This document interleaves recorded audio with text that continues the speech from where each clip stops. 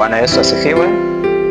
Basi nipende kuwakaribisha katika siku ya leo, wakati ambapo tunajifunza mausia ya Mungu na jinsi alivyo na mpango mkubwa kwa ajili ya kumwokoa mwanadamu katika dunia hii. Na nipende kuwakaribisha wakati ambapo tutajifunza namna ambavyo muda na nyakati hizi tunazoishi zinaonyesha kwamba kwa kweli Yesu anakuja tena duniani mara ya pili, na anapokuja anatamani wakazi wote wa dunia hii tuweze kuokolewa.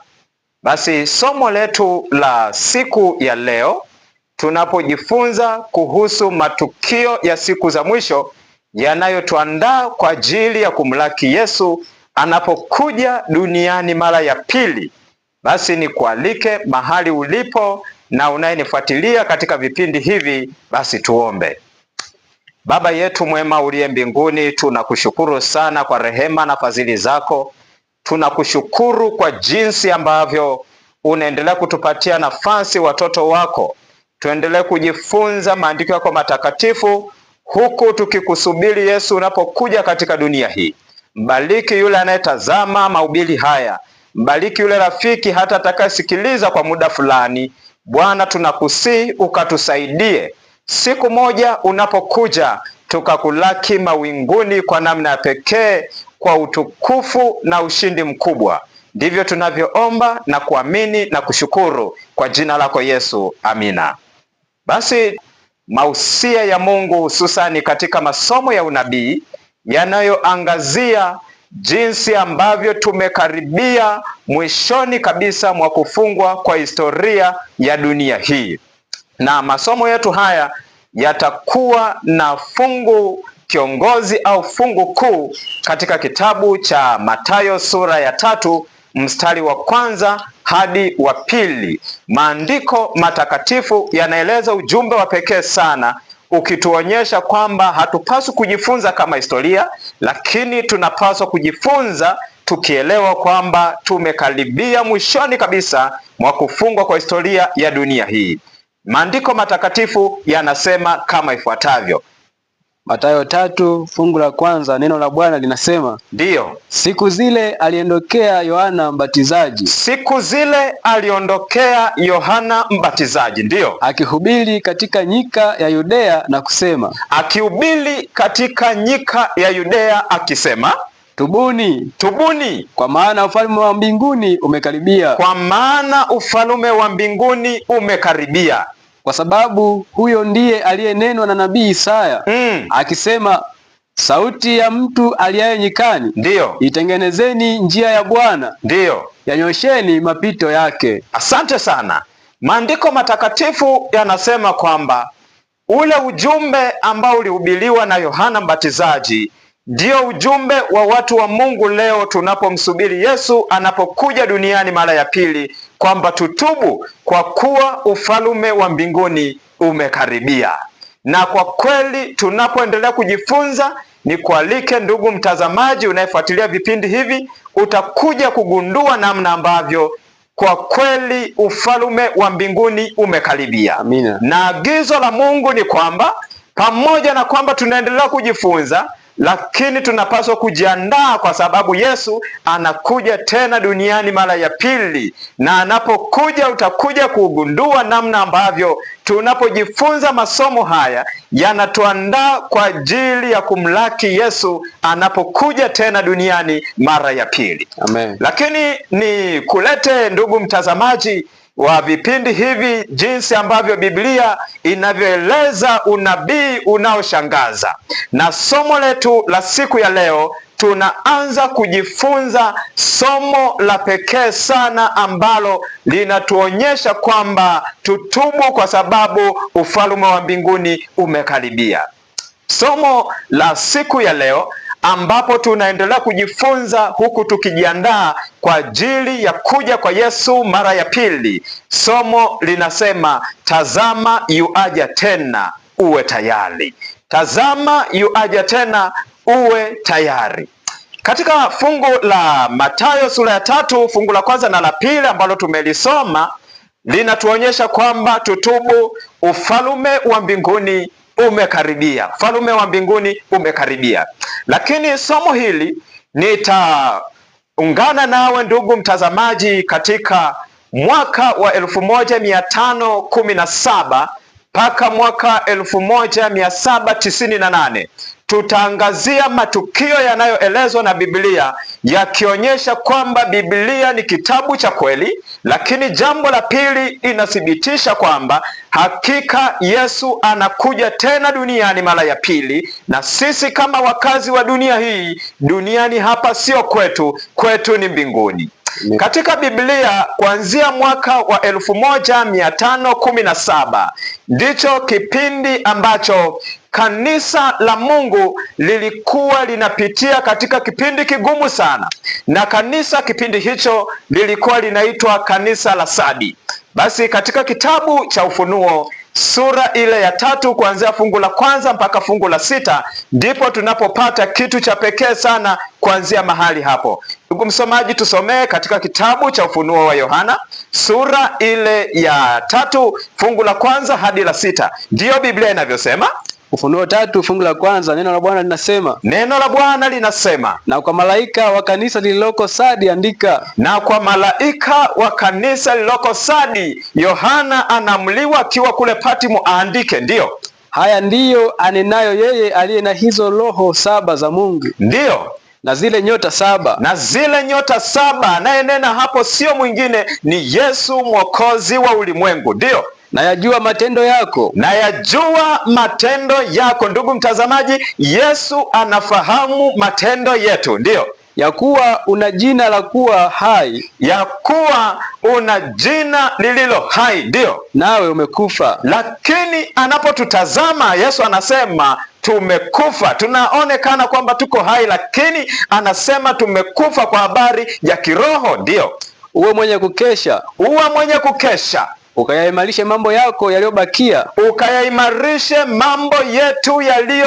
yaliyobakia. Ndiyo, yanayotaka kufa. Yanayotaka kufa. Maana sikuona matendo yako. Ndiyo, kuwa yametimilika mbele za Mungu wangu. Ndiyo, basi kumbuka jinsi ulivyopokea na jinsi ulivyosikia, yashike hayo na kutubu. Ndiyo, lakini usipokesha, nitakuja kama mwizi, wala hutaijua saa nitakayokuja kwako. Ndiyo, lakini unayo majina machache katika Sadi. Ndiyo, watu wasioyatia mavazi yao uchafu, nao watakwenda pamoja nami hali wamevaa mavazi meupe, kwa kuwa wamestahili.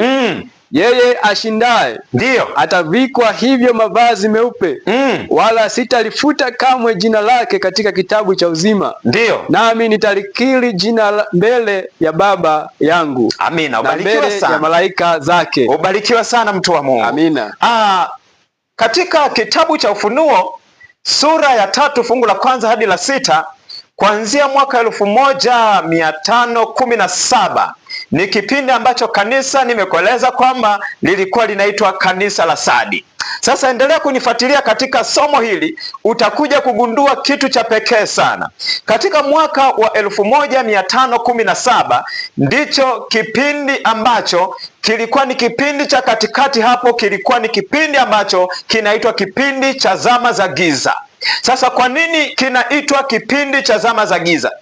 Kuna tukio ambalo ni makini sana, endelea kunifuatilia, utakuja kugundua jinsi ambavyo Biblia inaeleza unabii unaoshangaza, ili tuelewe kwamba tujiandae, maana Yesu anakuja. Na baadhi ya matukio yaliyotokea katika miaka hiyo yatajirudia tena katika nyakati tulizo nazo, wakati tunapomsubiri Yesu anapokuja duniani mara ya pili. Sasa ni tukio gani ambalo lilitokea katika kipindi hicho? Kitabu cha Ufunuo sura ya 14 mstari ule wa 8. Tunaambiwa hapo ujumbe wa pekee sana, Ufunuo sura ya 14 mstari ule wa 8. Ndugu mtazamaji, endelea kunifuatilia, sikiliza Biblia inavyosema. Ndiyo mtu wa Mungu. Ufunuo 14 fungu la 8 anasema, ndiyo, Kisha mwingine malaika wa pili. Kisha mwingine malaika wa pili. Endelea kunifuatilia. Biblia katika kitabu cha Ufunuo kimetumia sana malaika, na sehemu nyingi ukikuta neno ambalo linatumiwa kuwakilisha malaika, maana yake ni kwamba Yohana akiwa Patmo aliona mjumbe. Kwa hiyo tunapozungumzia malaika, maana yake ni mjumbe. Kwa hiyo Yohana akiwa kule Patmo anamuona mjumbe, ndio mjumbe wa pili akafuata akisema, maana kuna ujumbe ulitolewa na yule malaika wa kwanza au mjumbe wa kwanza. Sasa huyu mjumbe wa pili anafuata, anasema, ndio umeanguka Babeli, ndio mji ule ulio mkubwa, ndio maana ndio uliowanywesha mataifa yote mvinyo ya ghadhabu ya uasherati wake. Mvinyo ya ghadhabu ya uasherati wake. Sasa endelea kunifuatilia ndugu mtazamaji unayefuatilia katika masomo haya. Biblia inapozungumzia Babeli, maana yake ni machafuko, au kwa lugha nyingine pia inawakilisha mifumo yote ya ibada, mifumo yote ya dini ambayo inafundisha taratibu ambazo ni kinyume na neno la Mungu. Hilo ndilo ambalo linazungumzwa hapo kama Babeli. Kwa ukikuta kanisa, taasisi fulani ya dini, ikiwa ni jamii fulani ambayo inahusika na masuala ya dini, kama inafundisha kinyume na neno la Mungu, maana yake ni kwamba hapo kinachozungumziwa sio dini ya kweli, ni dini ya uongo ambayo Biblia inaita ni Babeli. Sasa ni kitu gani ambacho kinazungumzwa hapo? Ukisoma hilo fungu, Biblia inaeleza kwamba kuna kitu ambayo anasema Babeli, mji mkuu unaozungumziwa hapo ni mji wa Rumi au Italia. Ndicho kitovu na kituo cha kanisa la Roman Catholic. Sasa kanisa hili lilifanya matukio yasiyo ya kawaida ambayo yalikuwa yanapingana na neno la Mungu. Anasema amewanywesha. Kunywesha maana yake ni kufundisha au kupotosha, au kwa tafsiri nyingine pia tunasema ni kwamba kuwapoteza. Kwa nini? Anasema ameonyesha mvinyo. Mvinyo ni mafundisho ya uongo. Kwa hiyo mafundisho ya uongo yanapokuwa yanafundishwa, tafsiri yake ni kwamba yanawapoteza watu wengi sana. Sasa endelea kunifuatilia ndugu mtazamaji unayefuatilia katika vipindi hivi. Katika kuanzia mwaka wa 1517 ndicho kipindi ambacho kanisa la Roman Catholic liliendelea kufundisha mafundisho ya uongo. Ndio maana Yohana kwa anasema mvinyo, mafundisho ya uongo. Mafundisho mengi yaliingizwa katika makanisa ya Kikristo, na yalipoingizwa katika makanisa ya Kikristo, baadhi ya mafundisho, endelea kunifuatilia. Kwa mfano, mwaka 1524 ndicho kipindi ambacho kanisa lilianzisha mifumo ya jeshi. Kanisa la Roman Catholic lilianzisha baadhi ya magereza katika mwaka wa 1524, lakini inapofika mwaka wa 1545 kuna tukio lingine lilifuata hapo. Biblia ilikuwa imezuiwa na watu walikuwa wamechukuliwa na kuambiwa kwamba mafundisho na tamaduni za jamii, mafundisho na maagizo ya wanadamu, mira pamoja na desturi ziwe zinaendelea kutukuzwa kuliko neno la Mungu. Na wakati fulani watu walikuwa wanasikiliza sana habari ya viongozi wa dini kuliko neno la Mungu. Sasa wakati mafundisho hayo yanavyokuwa yanaendelea kufundishwa, kanisa la Roman Catholic likaendelea kufundisha uongo hata katika makanisa ya Kikristo baadhi, hata wale ambao wanaitwa pia wa Protestant nao pia wakaendelea kufundisha mafundisho ya uongo. Lakini inapofika mwaka 1546 kuna tukio lingine ambalo lilifuatia hapo mwaka 1546.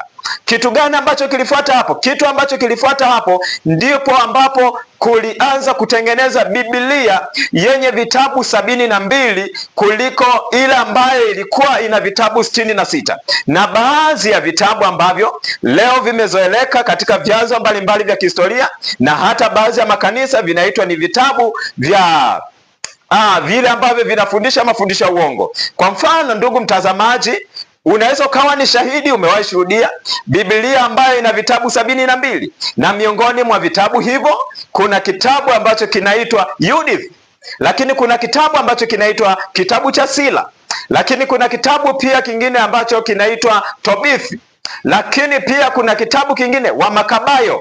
Hivyo vyote ndivyo vitabu ambavyo, na kitabu cha Makabayo kuna sehemu ya kwanza na wa Makabayo wa pili. Vyote hivyo vinaendelea kufundishwa katika makanisa ya Kikristo. Ndicho ambacho Yohana akiwa kule Patmo anaona wanafundishwa mvinyo. Kwa hiyo mafundisho mengi ya uongo yaliingizwa katika makanisa, na baadhi ya makanisa yakasema hili tubebe, hili tusibebe, hili tubebe na hili tusibebe. Na baadhi pia ya taratibu ambazo ziliendelezwa pamoja na kanisa hili la Roman Catholic, uhuru wa dini uliondolewa. Na pia kitu kingine ambacho nikukumbushe tu ndugu mtazamaji, baadhi ya vitu ambavyo viliingizwa katika Ukristo, hususani katika mpango wa dini na ibada, walikuwa wameamuliwa, Wakristo waliamuliwa wakitaka kupata msamaha lazima waende kwa kasisi au waende kwa padre au waende kwa papa kwa ajili ya kupata msamaha. Ndicho kipindi ambacho vyeti vya msamaha vilikuwa vinauzwa. Lakini Biblia, fuatilia ndugu mtazamaji na unayenifuatilia katika vipindi hivi, je, Biblia inasemaje kuhusu swala la kuendelea kusikiliza viongozi wa dini kama ndio ambao wanaweza kutupatia msamaha? Je, hilo ni fundisho la kweli? Katika kitabu cha Matendo 4 mstari ule wa 12 Biblia inasema maneno yafuatayo yanayoshangaza sana. Katika kitabu kile cha Matendo ya Mitume sura ya 4 mstari wa 12 Biblia inasema, ndio Matendo 4:12 anasema wala hakuna wokovu katika mwingine awaye yote, wala hakuna wokovu awa mwingine katika yeyote. Ndio, kwa maana hapana jina jingine chini ya mbingu, hapana jina jingine chini ya mbingu, ndio, walilopewa wanadamu litupasalo sisi kuokolewa kwalo. Kwa hiyo Biblia iko wazi kabisa kwamba hakuna kasisi wala padre ambaye anaweza kufanya kwamba wanadamu sisi tukaenda kwake kwa ajili ya kupata msamaha. Kwa hiyo kanisa hili likachukua jukumu la kufundisha mafundisho ya uongo na kuruhusu Wakristo wakaombe msamaha kwa viongozi wa dini. Lakini Biblia iko wazi, nasema sisi hatuna jina lingine tunalopaswa kuokolewa isipokuwa ni jina la Yesu Mwokozi wa ulimwengu. Amina. Lakini pia nikulete katika jambo lingine ambalo lilitokea katika miaka hiyo kuanzia mwaka 1546-47. Baadhi ya mafundisho miongoni mwao ni mafundisho ya wafu. Wakristo wengi walikuwa wanafundishwa kwenda kuendesha huduma za ibada katika makaburi, kwenda kuombea wafu. Ibada za wafu zikaingizwa katika makanisa ya Kikristo. Katika kitabu kile cha Isaya sura ile ya 8 mstari wa 19 na 20, je, Biblia inasemaje? Je, tunapaswa kuendea watu waliokufa kwa ajili ya kuwaombea, au tunapaswa kwenda kwenye makaburi au kwa ajili ya wafu kwa ajili ya kuomba kwamba watusaidie jambo fulani?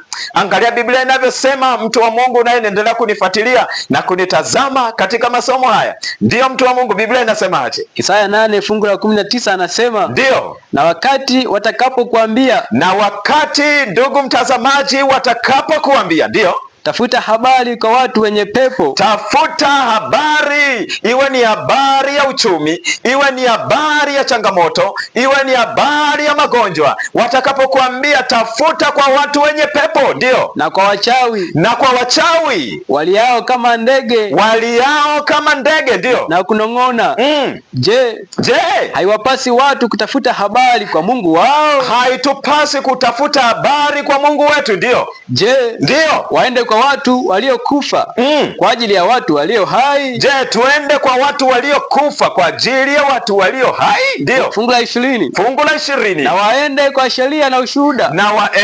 sheria na ushuhuda. Ikiwa hawasemi sawa sawa. Ikiwa, ndugu mtazamaji, ikiwa ni kiongozi fulani, ikiwa ni kasisi, ikiwa ni kiongozi katika jamii na kikundi fulani cha dini, kama haendi sawa sawa na neno la Mungu, ndio, bila bila shaka kwa hao hakuna asubuhi. Rafiki mtazamaji, Biblia inasema bila shaka kwa hao hapana asubuhi, kwa maana ya kwamba kwa hao watu ambao wanaenda kuomba kwa ajili ya wafu, Biblia iko wazi inasema bila shaka kwa hao hapana nuru ya kweli ya neno la Mungu. Amen. Kwa hiyo nikusii ndugu mtazamaji, unaendelea kunifuatilia katika masomo haya, umeanza kugundua jinsi ambavyo mafundisho mengi ya uongo yanayoendelea katika jamii yetu leo, yanayoendelea kwenye makanisa ya Kikristo na baadhi ya makanisa ambayo sio ya Kikristo, lakini yanaendelea kufuata taratibu ambazo zilianzishwa na kanisa la Roman Catholic. Lakini pia jambo lingine ambalo lilitokea katika kipindi hicho, baadhi ya viongozi wa dini hususani wale waliokufa wakaendelea kutukuzwa katika makanisa, na hata makanisa ya Kikristo yakatengeneza picha na kuziweka hata katika makanisa. Leo ndugu mtazamaji unayenifuatilia, utagundua hata baadhi ya makanisa, kama uliwahi kuingia, utakuta kuna picha za viongozi mbalimbali wa kidini waliokufa miaka hiyo, lakini bado wanaendelea kutukuzwa. Lakini nikwambie ndugu unayenifuatilia katika masomo haya, Biblia inasema neno lifuatalo katika kitabu cha Mhubiri sura ile ya 9 mstari wa 5. Biblia inasema kitu cha pekee sana, habari ya kuendelea kutukuza watu ambao wamekufa, watu ambao wamelala katika makaburi. Biblia inasema jambo lifuatalo, kitabu cha Mhubiri sura ya 9 fungu lile la 5. Ndio neno la Bwana linasema, Biblia inasema ndio, kwa sababu walio hai wanajua ya kwamba watakufa. Walio hai wanajua kwamba watakufa, ndio, lakini wafu hawajui neno lolote. Lakini wafu anasema hawajui neno lolote. Kwa nini? Kule Isaya alikataza akasema, je, hatupaswi kuwaendea watu waliokufa? Kwa sababu waliokufa hawajui neno lolote. Bwana atusaidie katika hilo. Na ikiwa ndugu mtazamaji unanifuatilia katika masomo haya, ikiwa ni miongoni mwao ambayo umeungana pamoja na vitu hivyo, leo kuna mchezo fulani unachezwa leo.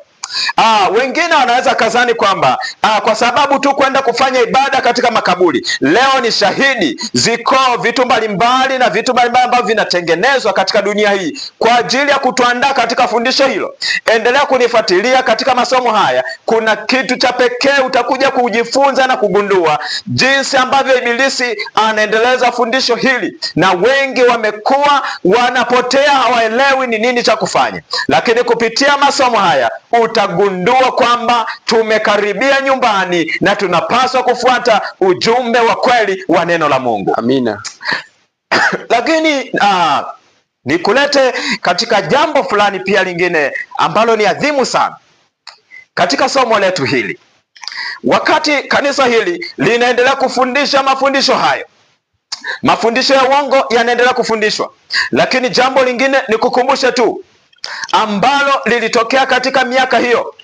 Watu walizuiwa kabisa kusoma maandiko matakatifu, na waliokuwa wanaruhusiwa kusoma maandiko matakatifu waliruhusiwa makasisi tu. Ndicho kipindi ambacho Biblia ilikamatwa, ilichomwa moto katika miaka hiyo. Naendelea kunifuatilia, utakuja kugundua jinsi ambavyo Biblia inaeleza tukio lisilo la kawaida, na ndilo ambalo linauandaa ulimwengu kule tunakoelekea, ili Yesu aje duniani mara ya pili. Baada ya matukio hayo, wengi wamekatazwa kusoma neno la Mungu, wengine wamezuiwa, wakaambiwa kwamba hupaswi kwenda kuomba msamaha kwa Mungu aliyeko mbinguni. Unapaswa kwenda kuomba msamaha kwa ajili kwa wale makasisi. Unapaswa kwenda kuomba msamaha kwa viongozi mbalimbali wa dini. Mungu alifanya kitu kisicho cha kawaida. Ndicho ambacho ndugu mtazamaji unanifuatilia utakuja kugundua, hilo tukio ndilo ambalo linaendelea hata katika nyakati zetu tulizo nazo. Mungu atafanya kitu kisicho cha kawaida. Wakati uongo unaendelea kufundishwa katika baadhi ya makanisa ya Kikristo, hata yale ambayo sio makanisa ya Kikristo, Mungu atafanya kitu kisicho cha kawaida. Katika kipindi hicho, Biblia inaeleza kile ambacho Mungu alikifanya katika kitabu cha Danieli sura ile ya 11 fungu lile la 34. Biblia inaeleza jambo makini sana Jambo makini sana. Kabla hilo fungu la 34, soma Danieli 11 mstari wa 24. Ndiyo Biblia inasemaje? Mstari ule wa 24 wa kitabu kile cha Danieli 11 mstari wa 24. Ndiyo mtu wa Mungu, tusome Danieli 11:24. Anasema ndiyo, wakati wa amani atapaingia mahali palipofanikiwa sana pa mkoa huo, naye atatenda mambo ambayo baba zake hawakuyatenda. Nenda mstari wa 34. Anza kusoma 33 na 34 kitabu cha Danieli 11, alafu tutarudi hapo. Ndio Danieli 11:33 anasema ndio, na hao wenye hekima katika watu watafundisha wengi. Sasa nifuatilie ndugu mtazamaji. Biblia inasema walio na hekima watawafundisha wengi. Maana yake ni nini? Baada ya kanisa la Roman Catholic na Ukristo ukaanza kufundisha na kufuata mafundisho ya uongo, Mungu alinua watu wenye hekima. Bwana asifiwe. Amina. Alinua watu wenye hekima wakawafundisha watu wa Mungu neno. Ndio. Hata hivyo wataanguka kwa upanga. Lakini walipoinuka na kuanza kufundisha ukweli, walianguka kwa upanga, kwa maana ya vita. Wengi walipitia vita kubwa sana, walipingwa kwa sababu hao ambao wenye hekima. Katika kitabu cha Mithali sura ya 1 mstari wa 7, afu tutarudi tena hapo. Kwa nini Biblia inasema, Daniel anasema kwamba wenye hekima ni watu gani hao? Kitabu cha Mithali 1 mstari ule wa 7, Biblia inaeleza ukweli usio na kifani, na natambua kwamba hata ndugu mtazamaji unayenifuatilia, yamkini ndio mara yako ya kwanza kusikiliza habari hizi, lakini habari njema ni kwamba siku moja utakutana nayo haya mambo kwa macho yako. Yamkini sasa huelewi jinsi inavyoenda, lakini nikwambie ni matukio yanayotuonyesha kwamba Yesu anakuja duniani mara ya pili.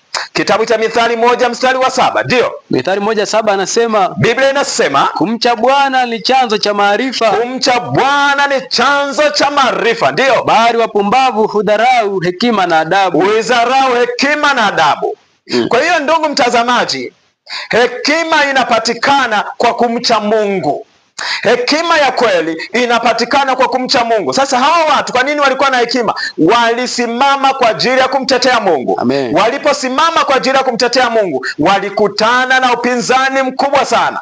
Lakini pamoja na hayo, anasema kwa wakati fulani walisimama na wakaendelea kuonyesha jinsi ambavyo wanampenda Mungu.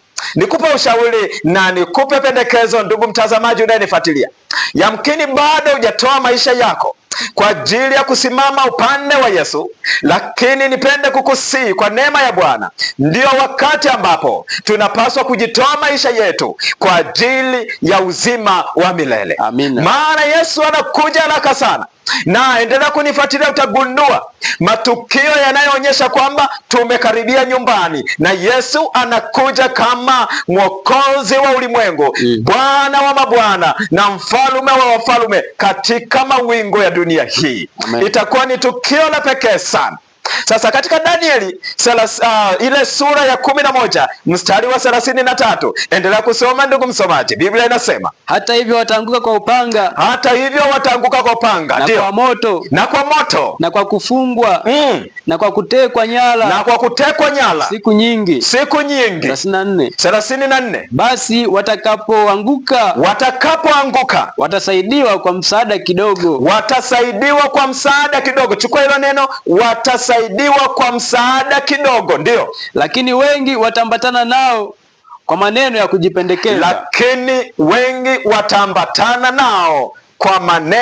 ya kujipendekeza. Sasa sikiliza, wakati hao wachache miongoni mwao walikuwa ni watu ambao alikuwa anaitwa mtu mmoja Jerome.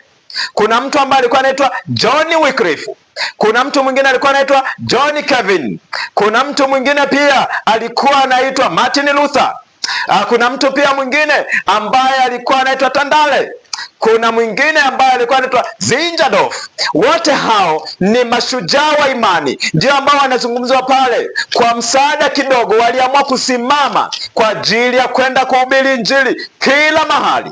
wakaenda kuhubiri Injili katika nchi ile ya Ufaransa. Alisimama mtu mmoja mashuhuri sana, John Calvin, akahubiri ujumbe wa neno la Mungu, akaufundisha ukweli na akaelekeza uongo wote unaofundishwa na kanisa la Roman Catholic. Lakini aliteswa sana. Mtu mwingine ambaye ni mashuhuri sana ni Martin Luther, ndiye ambaye anakumbukwa katika historia ya Ukristo. Alienda kule Ujerumani akahubiri Injili kwa namna isiyo ya kawaida, na maelfu ya watu walisoma maandiko matakatifu na wakampokea Yesu. Amen. Sasa endelea kunifuatilia.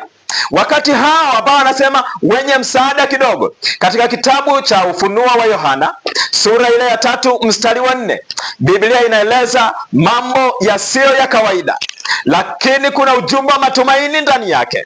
Kitabu cha Ufunuo sura ile ya 3 mstari wa 4, Biblia inasemaje? Maana Daniel anasema watasaidiwa kwa msaada kidogo. Sasa katika Ufunuo sura ya 3 mstari wa 4, ndio Ufunuo 3:4 anasema lakini unayo majina machache katika Sardi. Kule alikuwa amesema watasaidiwa kwa msaada kidogo, lakini Ufunuo anasema una majina machache. Unaona ndugu mtazamaji uhusiano wake? Ndio.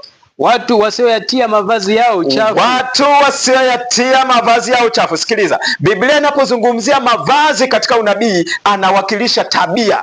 Watu ambao tabia zao hawakukubali tabia zao zichafuliwe na mafundisho ya uongo waliamua kusimama. Miongoni mwao ni pamoja na hao wakina John Wycliffe, wakina John Calvin waliamua kusimama, wakina Jerome walisimama kwa ajili ya kumtetea Mungu. Ndio ambao wanasema wenye majina machache, ndio nao watakwenda pamoja nami hali wamevaa mavazi meupe. Watakwenda pamoja na Yesu wakiwa wamevaa mavazi meupe. Nimekwambia Biblia inapozungumzia mavazi katika kitabu cha unabii wa Ufunuo anawakilisha tabia. Kwa hiyo mavazi meupe ni tabia safi inayomtukuza Mungu.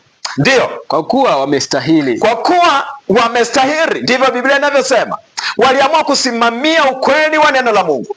Sasa ni kuambia hili, kuna matukio kadhaa ndio yanaendelea sasa, lakini kuna tukio mojawapo litakalo tikisa dunia hii. Utakuja kuelewa namna ambavyo Biblia inavyoeleza matukio yasiyo ya kawaida yatakayotikisa dunia hii. Lakini pamoja na mtikisiko huo, pamoja na kwamba makanisa mengi yamefuata uongo, pamoja na kwamba wakazi wengi wa dunia hii wamefuata mafundisho ya uongo, lakini bado Mungu ni mwaminifu, atakuwa pamoja na waaminifu japo ni wachache. Lakini nikuambie ndugu mtazamaji unayenifuatilia, kati ya wale wachache, omba Bwana wewe na mimi tuwe miongoni mwao. Amen. Bwana atakuwa na mashujaa wa imani hata kama atakuwa ni wachache. Na nikwambie hili, kuna watu wengine wanasema mbona sisi tuko wengi sana? Wewe unadhani Mungu atakuja kutuangamiza sisi ambao tuko wengi? Sikiliza, Mungu haangalii wingi wa watu, anaangalia wangapi wamesimamia ukweli wa neno lake. Amina. Hicho ndicho ambacho unapaswa kuondoka nacho. Hata kama kule unakosali, kule unakoendesha huduma fulani ya ibada, swali la kujiuliza, je, tunafuata ukweli wa neno la Mungu? Hicho ndicho ambacho kinachotakiwa. Na rafiki mtazamaji unayenifuatilia katika masomo haya, nikwambie kitu cha pekee sana Biblia kinachosema katika unabii ule wa Danieli 11. Rudi pale ulipoishia. Biblia inaeleza jambo la pekee sana. Wengi walipitia mateso makali sana, ndio fungu la 35. Ndio, na baadhi yao wenye hekima wataanguka. Wenye hekima baadhi yao wataanguka. Kwa hiyo kuanguka kwa maana wengi walikufa katika kipindi hicho, ndio, ili kuwatakasa na kuwasafisha na kuwafanya weupe hata wakati wa mwisho. Ndio, kwa maana ni kwa wakati ulioamuliwa ambao haujaja. Ni kwa wakati wa mwisho ulioamuliwa ambao haujaja.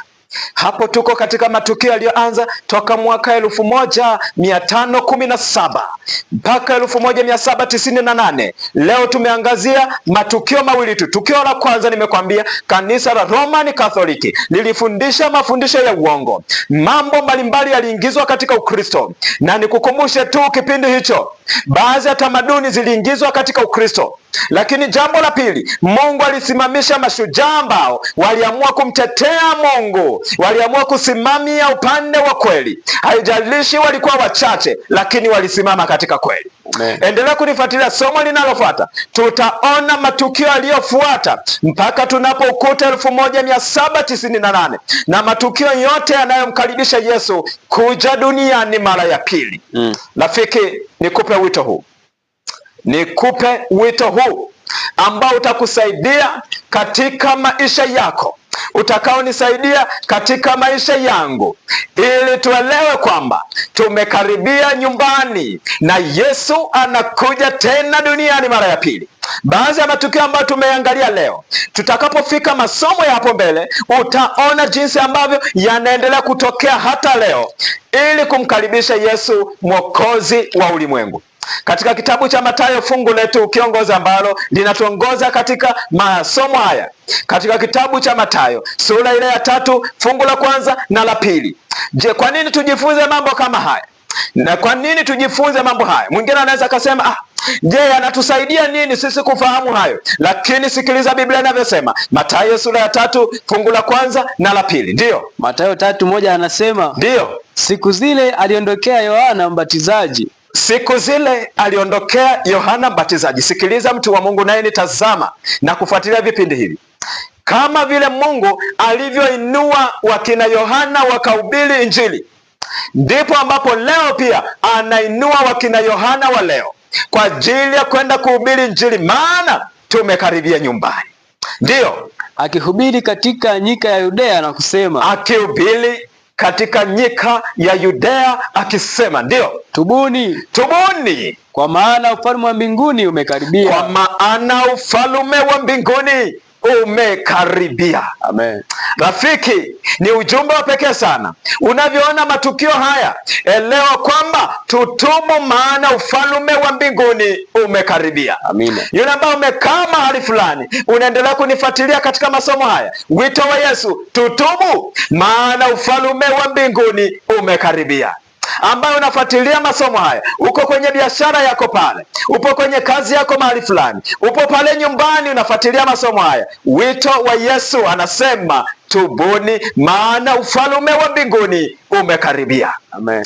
Wakati tunavyoanza mianzo kabisa ya masomo haya, utagundua kitu cha pekee sana kisicho cha kawaida, na ndipo utaelewa kwa nini tunapaswa kujifunza masomo haya, maana tumekaribia.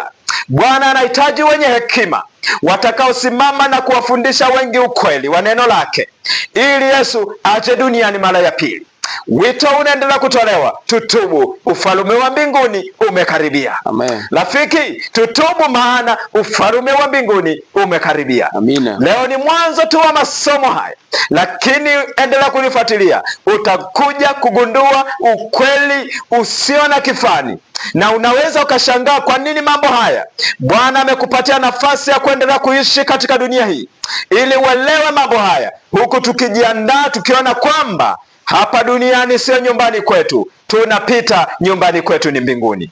Bwana akubariki sana. Amen. Rafiki unayenitazama, Bwana akubariki sana. Amina. Maana umeanza kuelewa jinsi mambo yanavyoenda. Tumeanza kuona jinsi kanisa la Mungu lilivyopitia kipindi kigumu sana, lakini pamoja na hayo yote, Mungu bado anao uaminifu watakaosimama upande wake. Amina. Mungu bado anao uaminifu watakaosimama upande wake. Amen. Je, wewe ni miongoni mwao unayenifuatilia mikutano hii, unayenifuatilia katika vipindi hivi, unayenifuatilia katika masomo haya? Je, ni miongoni mwao ambao unatamani siku moja Yesu anapokuja ukutane naye katika makao ya umilele, ukiwa umesimamia ukweli wa neno lake? Wakati viongozi na watu mbalimbali wanapofundisha uongo, wewe unasema nitasimamia ukweli wa neno la Mungu, kama vile Mungu alivyosimamisha mashujaa wachache wa imani wakasimamia ukweli. Lakini Bwana anatamani uwe miongoni mwao watakaokolewa anapokuja duniani mara ya pili. Amina. Bwana akubariki sana. Amen. Rafiki unayenifuatilia masomo haya, ni kusihi, fanya maamuzi, maana tumekaribia nyumbani. Tutubu, ufalme wa mbinguni umekaribia. Amina. Ufalme wa mbinguni umekaribia. Huu ni mwanzo tu. Endelea kufuatilia vipindi hivi, utakuja kugundua ukweli unaoeleza matukio yanayomwandaa Yesu kuja duniani mara ya pili. Bwana akubariki sana ndugu mtazamaji. Amina. Bwana atubariki sana. Maana tumekaribia nyumbani na Yesu anakuja tena duniani, na Yesu anakuja tena duniani mara ya pili katika dunia hii. Rafiki na ndugu mtazamaji, mwambia Yesu, nisaidie, ninatamani siku moja Yesu unapokuja katika dunia hii nikulaki mawinguni. Amen. Bwana atubariki sana. Amina. Basi mahali ulipo ndugu mtazamaji, simama pamoja nami, ungana pamoja nami kwa ajili ya kuomba Bwana atusaidie. Leo ni mwanzo tu, lakini tutaendelea kujifunza, utaelewa ukweli wa neno la Mungu. Tuombe. Baba yetu uliye mbinguni, tunakushukuru sana kwa rehema na fadhili zako. Umetupatia nafasi ya kuendelea kujifunza ukweli wako. Yupo yule mtazamaji ambaye ananifuatilia katika masomo haya. Ninakusihi, ikiwa ni nia yake na ameguswa kwa namna ya pekee, Bwana ukamzidishie. Ikiwa Bwana ameguswa kwa ujumbe huo pekee, Bwana na shauku yake anatamani siku moja unapokuja akakulaki mawinguni, Bwana ukambariki. Lakini ninakusihi, tunapoendelea kujifunza masomo haya, Bwana tuongoze kwa Roho wako Mtakatifu. Kila mmoja atakayesikiliza somo hili akaguswa kwa namna ya pekee. Ndivyo tunavyoomba na kuamini na kushukuru kwa jina lako Yesu. Amina. Amen. Rafiki, Bwana akubariki sana. Bwana aendelee kukutia nguvu na endelee kukubariki kwa namna ya pekee unapofanya maamuzi ya kumfuata Yesu. Kwa jina lake Yesu. Amen. Amen.